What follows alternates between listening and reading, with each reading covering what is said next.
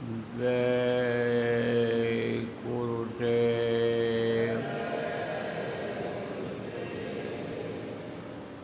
जय गुरुदेव। जय गुरुदेव। जय गुरुदेव नाम किसका। जय गुरुदेव नाम किसका। प्रभु का पावन नाम। प्रभु का पावन नाम। जय गुरुदेव। उपस्थित सभी सत्संगी साधक धर्म प्रेमी बच्चे एवं बच्चियों, गुरु महाराज की अपार दया मेहर हुई और आज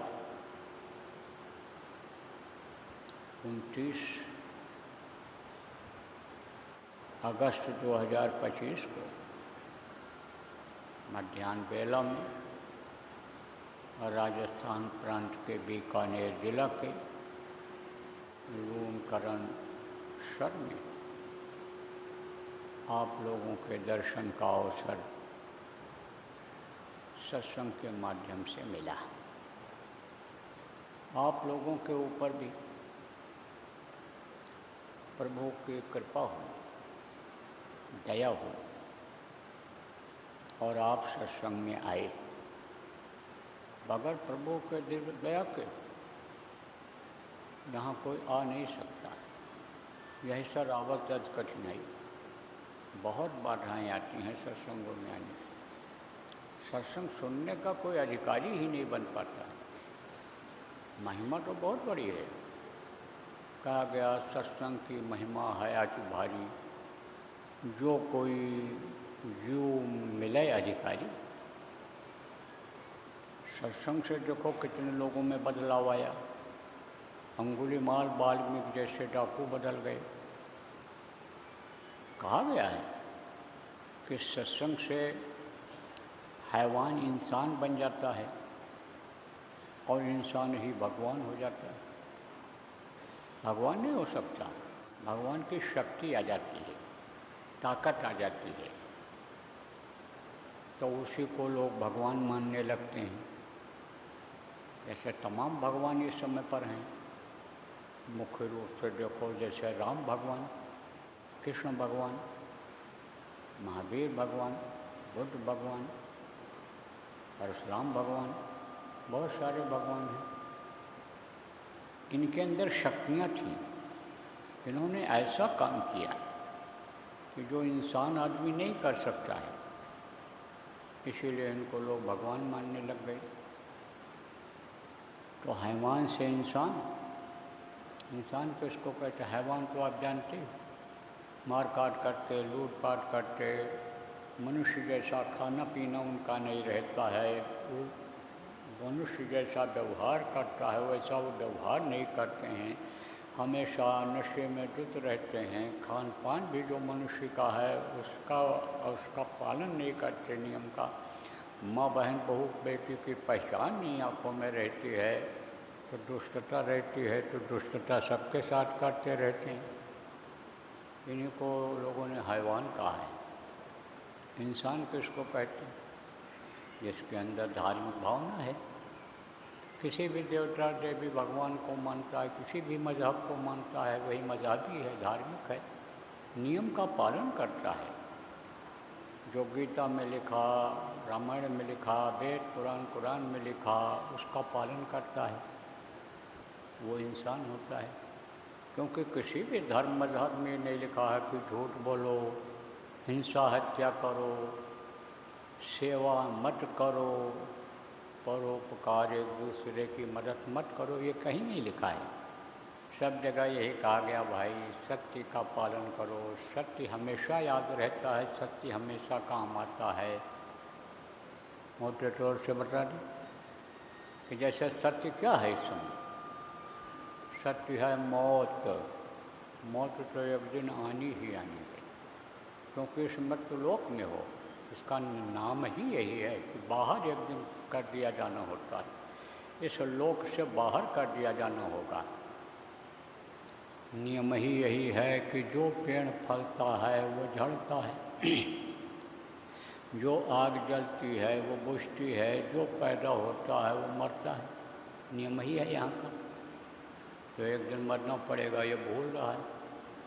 और प्रभु सत्य है, वो असत्य कभी हो नहीं सकता, तो उसको भूल रहे। तो सब जगह लिखा है कि सत्य हमेशा रहता है। सत्संग किसको कहते हैं? जो सत्य के बारे में बतावे, सत्य पथ पर चलावे, रास्ता बतावे, रास्ते पर चलावे और मंजिल तक पहुंचा दे, वही सत्संग होता है। अब आप ये समझो कि सब में यही लिखा है, सत्य बोलो, हिंसा हत्या मत करो, जीवों पर दया करो, सेवा रखो, सेवा से ही सब चीज़ें मिलती हैं, सेवा भाव रखो, एक दूसरे की मदद जो हो सके कर दो, जिसको परोपकार कहते हैं, सब जगह यही लिखा हुआ मिलता है। तो जिसके अंदर ये चीज़ें होती हैं, सत्य अहिंसा परोपकार और सेवा रूपी धर्म होता है, वही इंसान होता है।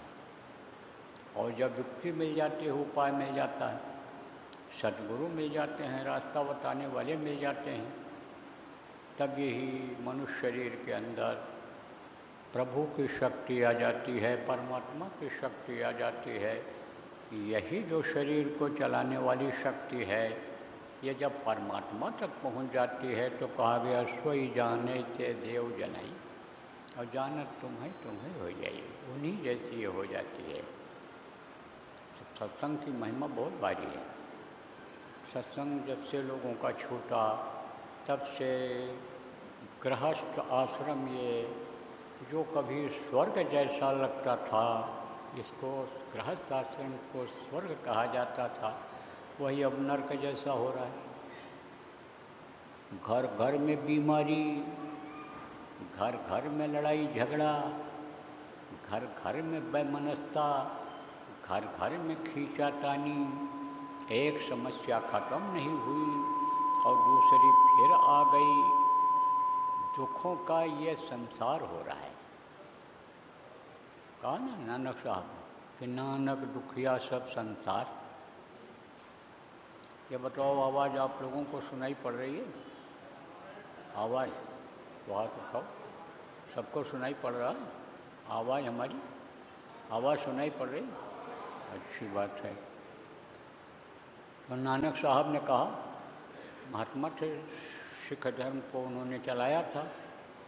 आज भी नानक जी के नाम से जगह जगह पर गुरुद्वारे बने हुए हैं, ग्रंथ पढ़ा जाता है उनका। तो नानक ने कहा, नानक दुखिया सब संसार, और सुखी वही जो नाम आधार। जो नाम को पकड़ लेता है वही सुखी हो जाता है। अब कहोगे भाई कौन सा नाम? वो नाम जिसके लिए गोस्वामी जी ने कहा, कलयुग केवल नाम आधारा, और सुमिर सुमिर नर उतर ही पारा, नाम लेते ही बहुत सागर सूख जाए। वो नाम कलयुग योग यज्ञ नहीं ज्ञाना, एक आधार नाम गुण गाना। कलयुग में और कोई जब तक और कोई आधार है ही नहीं पार होने का, मुक्ति और मोक्ष का कोई रास्ता ही नहीं है जीव के लिए। एक नाम का सहारा है, एक नाम का आधार है।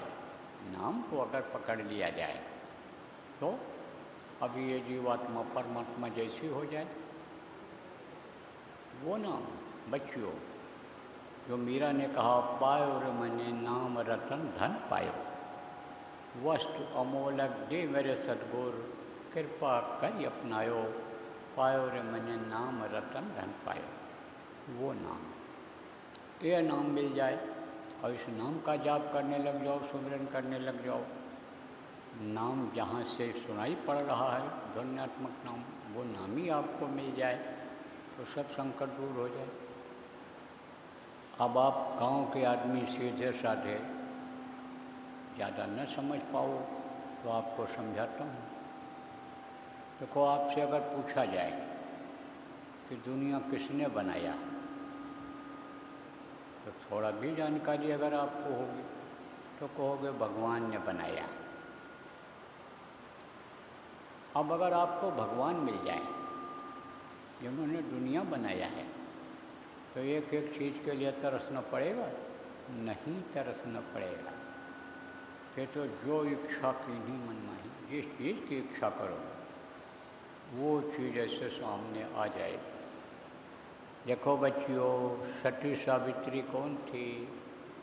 आप जैसी ही थी, मनुष्य शरीर में थी, लेकिन उसने इच्छा किया हमारे पति का प्राण वापस हो जाए, वापस हो गए।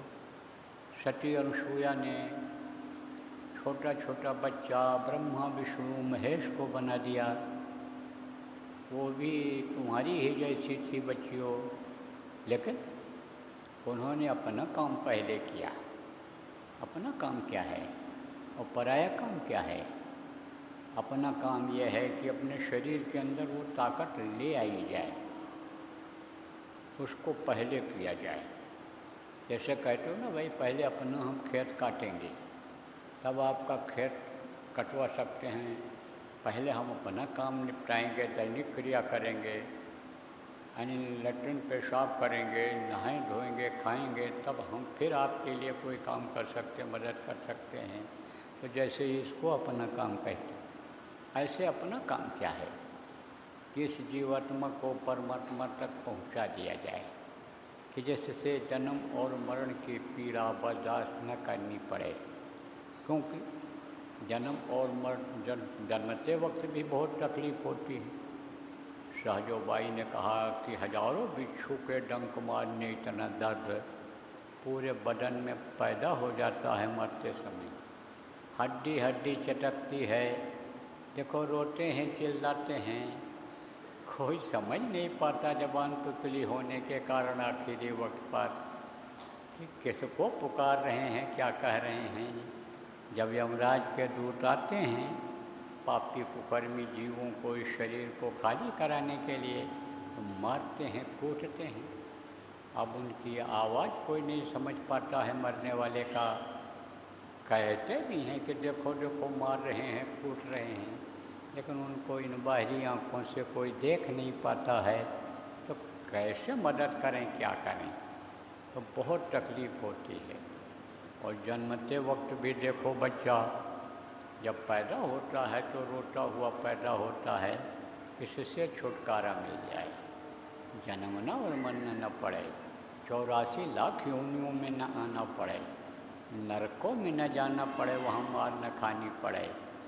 इसलिए यह मनुष्य शरीर मिला है और जीवात्मा को परमात्मा तक पहुँचा कर ताकत ले आया जाए कि जब तक जिया जाए यहाँ तब तक खाने की दिक्कत न रहे, पहनने की दिक्कत न रहे, रहने की दिक्कत न रहे, और जो परिवार से लोग जुड़े हुए हैं उनकी भी देख रेख हो जाए, उनके लिए भी कमा लिया जाए, खिला दिया जाए, जो गृहस्थ धर्म का पालन है वो कर दिया जाए। लेकिन इससे लोग अलग हो रहे। जो कोई काम आने वाली चीज़ नहीं है उसको कहते हैं ये अपना काम है, कहते हैं ये अपना घर है, अपना मकान है, ये अपनी ज़मीन है।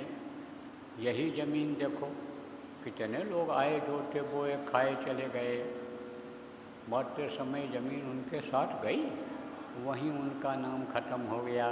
रुपया पैसा रख करके चले गए, मरते समय कोई कुछ लेकर गया? कुछ नहीं। कहते क्या लेकर तू आया जग में, क्या लेकर तू जाएगा, सोच समझ ले रे मनमूर्ख, आखिर